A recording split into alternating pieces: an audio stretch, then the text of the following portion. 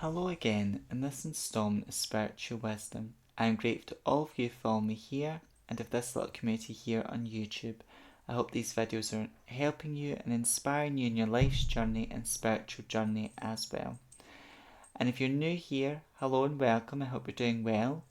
My name is Nicholas, and on my channel I talk about witchcraft, Wicca, paganism, self-love, crystals and their magical properties, as well as plants and their magical properties.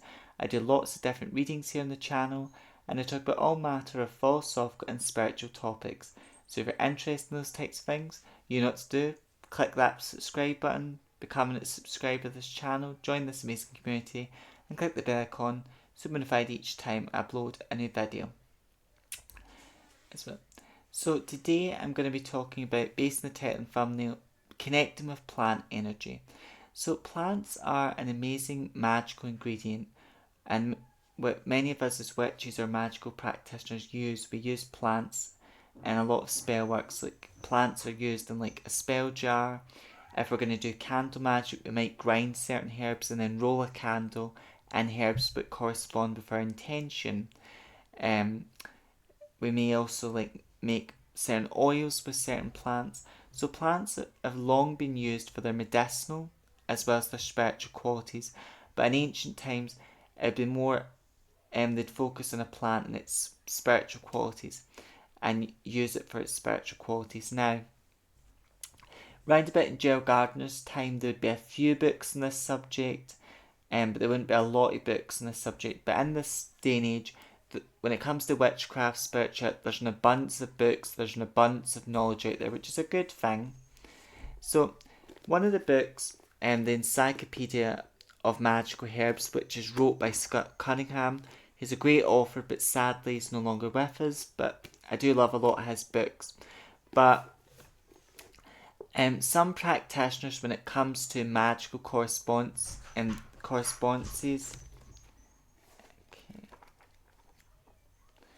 okay. So if you can see that quite there.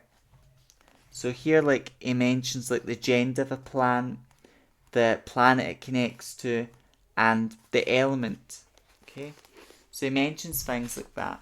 Now, some practitioners, when it comes to plants, then they don't work with that mindset. But a plant connects to a specific gender, a specific planet, a specific element. Now, some of this would be Scott Cunningham's own personal gnosis and things he's learned, but also some of it would be things he's researched, because a lot of magicians in the past wrote grimoires, and that idea about a plant connects to a specific energy, feminine or masculine, where it connects to certain planets, elements, that mindset, a lot of magicians would have wrote their personal gnosis down.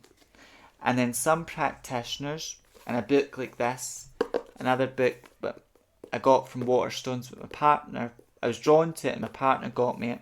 Some books like this, the plants are all in different sections. So for example,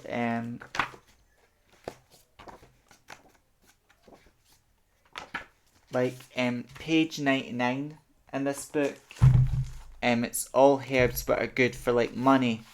And I'll just mention a few. So we've got allspice, we've got almond, we've got basil, bay leaf. Okay, so those plants, and we've also got clove and dill. So those plants, based on my personal gnosis and experience, are also good for money. But when it comes, I would highly recommend not just taking an author's word for it. Like, yes, it's good as a beginner. Books like this, be it the Encyclopedia of Scott Cunningham, is a good book, a good read, and it is good for a beginner. If you're more advanced in herbal magic or magic in general, it is a good read to look at it from Scott Cunningham's perspective, or just to see plants from a specific perspective. Same with this book, I would say it is good for a beginner because it goes over plants that are good for astral travel, plants that are good for abundance, money, protection. So it's got different sections, this book, and it puts plants that are good for that particular thing in a section. Now, one plant can be good for lots of things. One plant can be good for protection, healing, cleansing, banishing. Like mint, for example, or even sage. or rosemary. These herbs, like rosemary, is good for protection, healing, cleansing, banishing. It's good for that. Rosemary. So it's good for those types of things. Rosemary. It's good for those things. But I would encourage meditating with a plant, connecting with its energy, and then writing down your personal gnosis. Okay. For example, in Scott Cunningham's book, right. So there's a section here on chamomile. You can see that. Okay. So chamomile, Scott Cunningham says the gender of this plant is masculine, the planet is the sun, and the element's water. Now, when it came to chamomile, I decided to meditate on chamomile. So what I'd done is this little bowl here, but it was a different bowl at the time. But I got a bowl, I put some dried chamomile into the bowl, I spoke to the chamomile and asked it, I spoke to it and asked it, let me know your spiritual and magical qualities through my clairvoyance. So I asked the plant to let me see visions and images of what it was connected to. And then I put my hand over the bowl, and then I used my prayer beads and I closed my eyes. And I counted to 4 on this.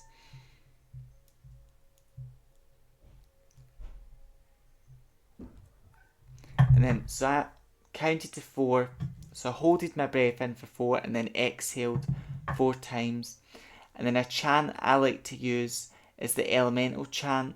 Like when I meditate, I like to use an elemental chant, which is earth's my body, water's my blood, air's my breath, fire's my spirit. I like to use that chant when doing a meditation.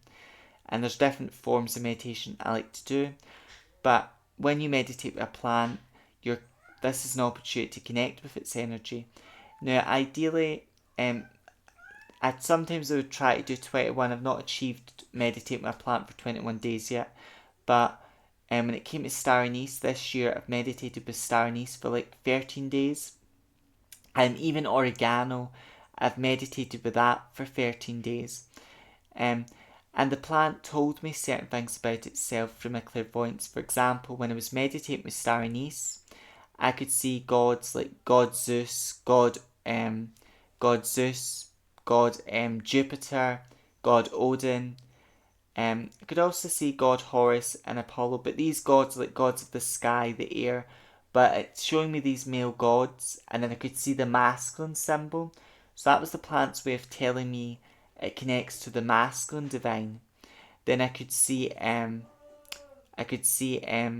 the planet Jupiter and the symbol of Jupiter and the mind's eye. So that was the plant's way of telling me it connects with Jupiter.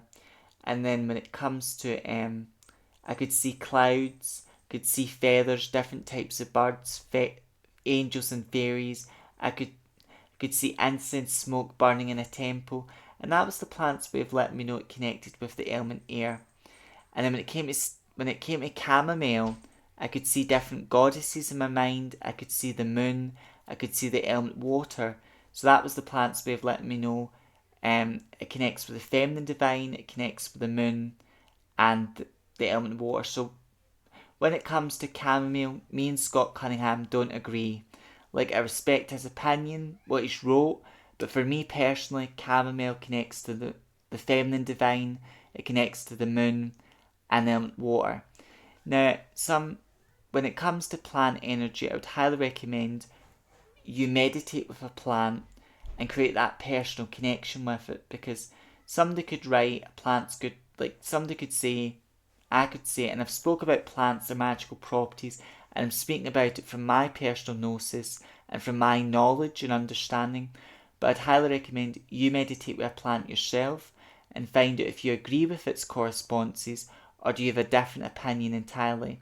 So somebody could say a particular crystal is good for a particular plant, it's good for protection, it's good for healing, it's good for cleansing, it's good for banishing, it's good for money, or even exorcism. Like mint, for example, mint's good for protection, it's good for healing, it's good for money, luck, it's good for exorcism, banishing, cleansing.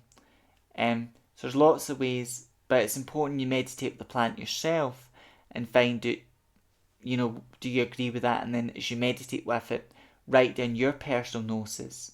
Now, if you're clairvoyant, the plant, you'll start to see visions and images in your mind through meditation, or you can build up your clairvoyance by meditating with a specific plant.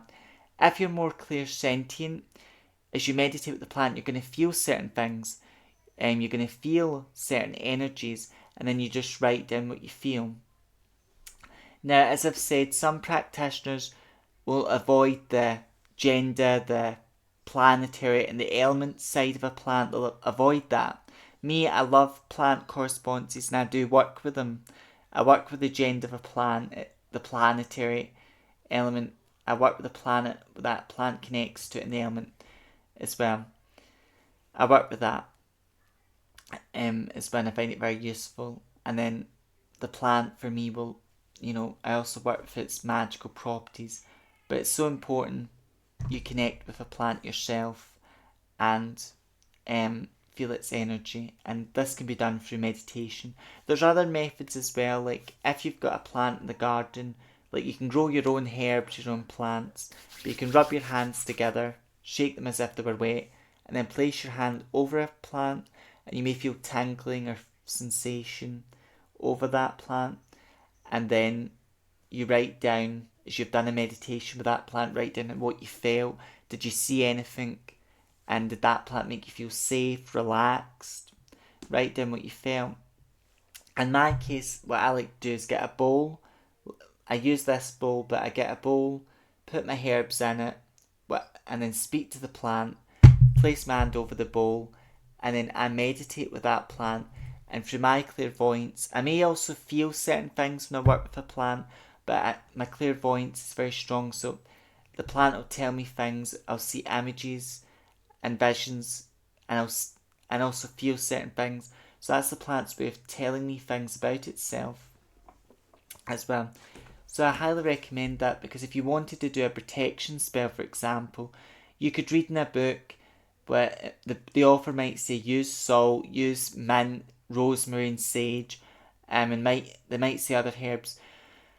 But then for you, those herbs don't really mean protection for you personally. So if you don't resonate with what the author's saying, so you're just, even though you're adding intention and energy, the ingredients don't have they don't symbolise protection for you. So therefore the spell will not have as much potency. Whereas if you use ingredients, like if you're going to do a money or protection, if you're using ingredients which symbolise protection for you, like I love nettle. So like nettle, if I was going to do a protection spell, do like salt. I do find salt very protective, but I also would use nettle because I love like nettles. I do find them very protective, and I would add them to working nettles as well. So if the plant you use represents that personally, then your spell has got a personal connection to you. So when you work with that ingredient, it's got meaning and purpose for you, and that's where you want your magic. You do want your magic, of course, to have energy and intention, but it must have meaning and purpose to you. It's just like when it comes to blowing cinnamon at the front door every month, a lot of people might do that, but then if you don't know why you're doing it, you're just doing it because someone online told you to do it. But you don't actually know why cinnamon, why the first of the month. You don't know why you're doing it. Then chances are that ritual is not going to do anything for you. It's not going to bring anything because you're just doing something with intention, maybe adding a bit of energy, but it's got no meaning and no purpose for you. So, yeah. And it's the same with plants. I think before you use a plant in a spell or ritual, you should connect with its energy and really feel its energy before you work with it in a spell or ritual. And that's really my message here. Before you work with a plant, you should connect with its energy and write down your personal gnosis as well before you use it in a spell or ritual as well. So even though these books are great, and I think the authors of these books are amazing, I'm a strong believer you shouldn't just take an author's word for it. Even me, shouldn't just take my word for it. You should meditate with the plant yourself and find out, do you agree with what I've said based on your personal experience? Do you agree with these authors said? Like, for example, when it came to chamomile, I respect what he's wrote, Scott Cunningham, but I don't agree with that because when I meditated with the plant, my experience was very different. I agree with what he said when it comes to its magical correspondences, but when he said what its gender is, what its planet is, and what element it connects to, I agree with the element. So me and Scott can agree with Camel corresponds with the element of water. We're in agreement there, but for me it corresponds to the moon, and its gender is feminine. But I don't agree with what he said with it being the sun and masculine. But I know that because my personal experience as well. So as always, I hope you find this video helpful in your spiritual journey if you're a beginner witch or you're more experienced. If you're a beginner, I hope it helps you. If you're more you're more advanced as a practitioner, then I hope this video helps you look at plant magic from a new perspective. But as always, I hope this video helps you in your spiritual and life's journey, and that's my message here. And with spiritual wisdom, the most important thing with any of my videos is the message. The message is, you shouldn't just take an author's word for it, or even what I say. You should connect with that plant yourself and see if you agree with an author, you agree what I say, or you've got a completely different experience. So once you connect with a plant's energy through meditation, through feeling its energy, you've got a personal connection with that plant. So then when you want to use it in a particular spell, you know for you that plant's protective, or you know for you that plant's really lucky and good for money, because you've connected with it and its energy as well. As always, I hope you find this information helpful. I hope it helps you in your spiritual journey, life's journey as well. Until next time, stay safe, look after yourself, walk your spiritual path with pride, and if you're a practicing witch like me, stay witchy. May meet, may part again. Blessed be.